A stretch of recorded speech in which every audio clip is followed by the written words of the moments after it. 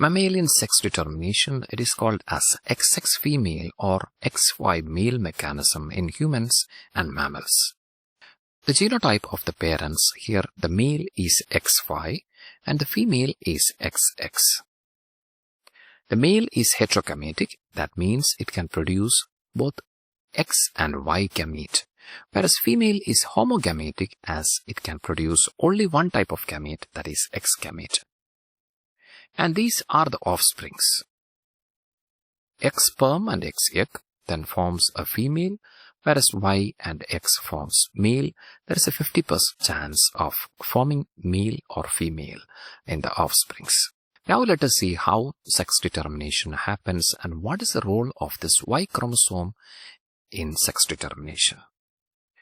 In Y chromosomes of mammals or humans, there is a region which is called as SRY region or sex determining region that is located on the short arm, P arm of this Y chromosome. And this SRY region, the gene, codes for a protein, a transcription factor, which is called as testis determining factor or TDF protein. The function of this TDF protein is to trigger the transformation of undifferentiated embryonic tissues into male reproductive organs or testes.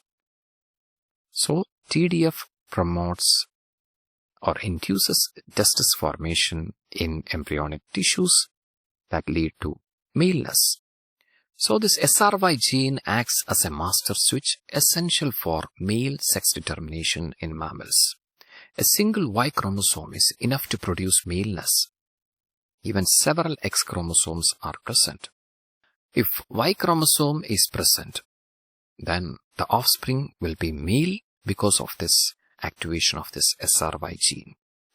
In the absence of this SRY gene or TDF protein, in the case of females, the undifferentiated embryonic tissues transforms into female reproductive organ or ovary. Thanks for joining 2-Minute Classroom at Biology Exams for you. Take care, stay blessed.